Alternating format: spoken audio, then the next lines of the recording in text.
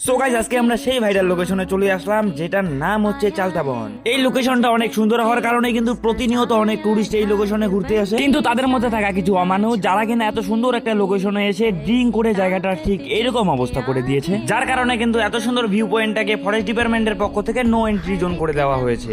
এখন প্রশ্ন আসে, এই ভিউ পয়েন্টে নো এন্ট্রি থাকার পরেও আমরা কিভাবে এন্ট্রি পেলাম?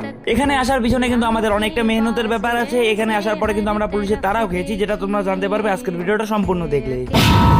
সো হে হ্যালো, আসসালামু আলাইকুম এভরিওয়ান। এখন কিন্তু সবার মুখে মুখে একটাই লোকেশন, যেটার নাম হচ্ছে চালতা বন। কি রয়েছে এই চালতা বনে সেটাই দেখার জন্য কিন্তু আমরা আজকে যাচ্ছি চালতা বনে। কিন্তু ভাই, চালতা বনের সামনে এসেই কিন্তু আমার চোখ কপালে উঠে গেল এই পিলারে থাকা এই নো এন্ট্রি বোর্ডটা দেখে। নো এন্ট্রি বোর্ডটাকে উপেক্ষা করে সামনে এসে কিন্তু দেখতে পেলাম অলরেডি অনেক টুরিস্ট এখানে চলে এসেছে, যার কারণে কিন্তু আমরাও একদম নির্ভয়ে এন্ট্রি করলাম এই চালতা ফরেস্টে। সো এটাই কিন্তু হচ্ছে সেই ভাইরাল চালতা বন। তো চলো এখানকার কিছু সিনেমাটিক শুট দেখে নাও।